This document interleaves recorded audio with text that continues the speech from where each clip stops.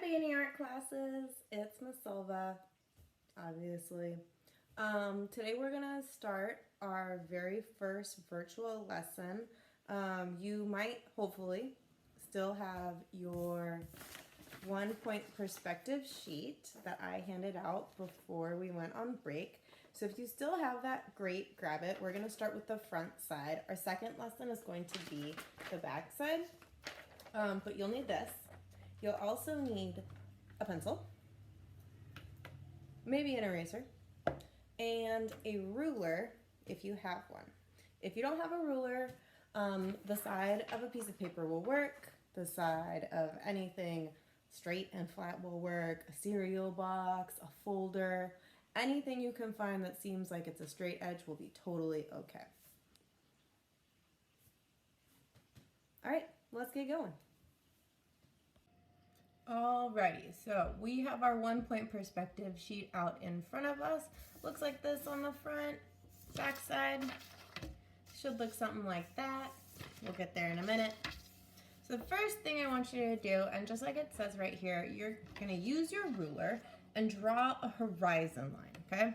So there's a couple of different terms that we're gonna be using, and horizon line is one of them. So anywhere, I like to start on the bottom, draw my horizon line, and then I'm gonna draw a dot on my horizon line. Now, if this is the horizon line, that dot I just drew is called the vanishing point. Go ahead and label yours just like I have. The next thing we're going to do is draw any shape up here on top of the horizon line. So I'm gonna draw a square. Doesn't have to be perfect. I'm just drawing a square, all right? The next thing you're going to do is make vanishing lines. So those are going to be lines that connect your shape to the vanishing point. And I'm going to do those as dotted lines from each corner of your shape. Now, this corner here, if I say that my shape is solid, I'm not going to be able to see the vanishing line that goes here, but once it comes to the other side, right, then I'll be able to see it. So I'm going to use my ruler for this just to make sure I have it right. And I'm going to pretend, so I'm not going to be able to see that. And then I'm going to use my ruler to draw my vanishing. If my square was actually square, this vanishing line would be along the same one as that. But because my square isn't really a square, it came out on that side. The next thing I'm going to do, I'll label those. Vanishing lines. The next thing I'm going to do is cut off my lines to make my square in perspective. Now, what that'll look like is like this. I'm gonna draw lines that are parallel, right? Never gonna cross to my shape. If you wanted to be very exact, you could be using a ruler for this.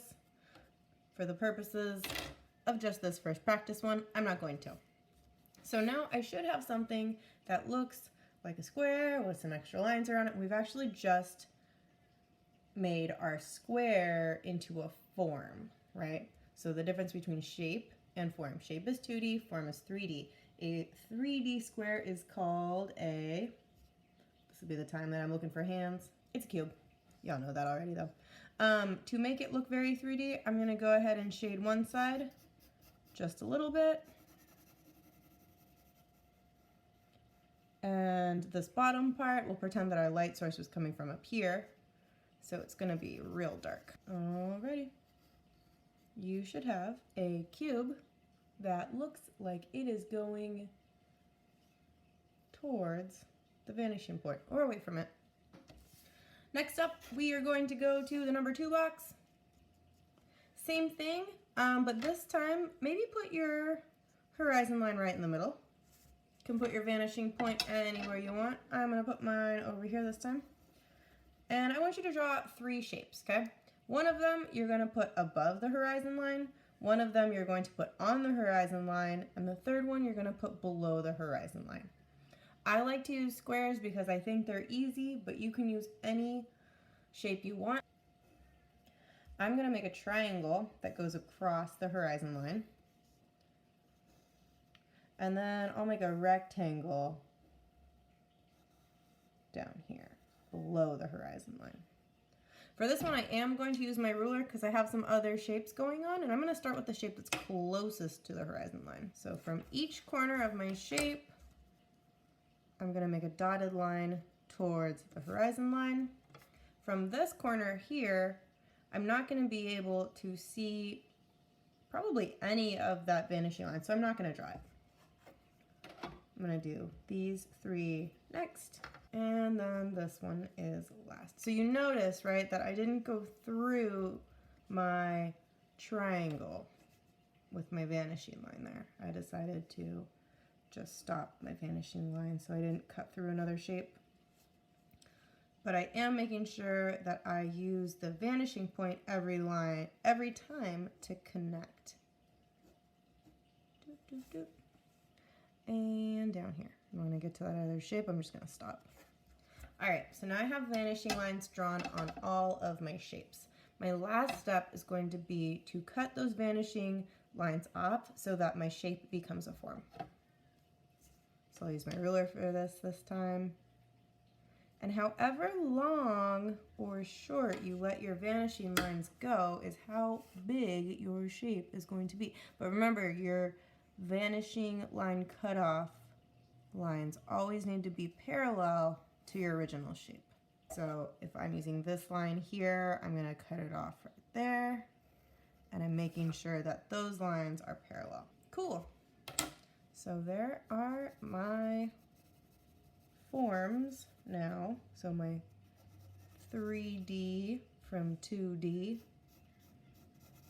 And I'm shading in so I know which part is facing me and which part is going away. That's going to be towards the point. And if one is down, it's always going to be darker because it's going away from the light. Unless your light source was at the bottom. This one's not going to be very shaded at all because it's just underneath this one. Alrighty, there are my forms. All right, for box number 3, I would like you to use a space to draw the letters of your name using 1-point perspective. Now, if your name is really long, or maybe you just hate drawing letters, you know, like box letters, just pick a couple letters. It could be your initials or it could be your whole name. But the first thing you're gonna do is put in your horizon line, and I am going to write my whole name. All right, so I've got my name in there, and the next thing I'm going to do is place my vanishing point. So I'm gonna make my vanishing point kind of right in the middle. And then I'm gonna imagine that there is a little dot on each end of the letters of my name. And I'm gonna use that imaginary dot to make my vanishing lines.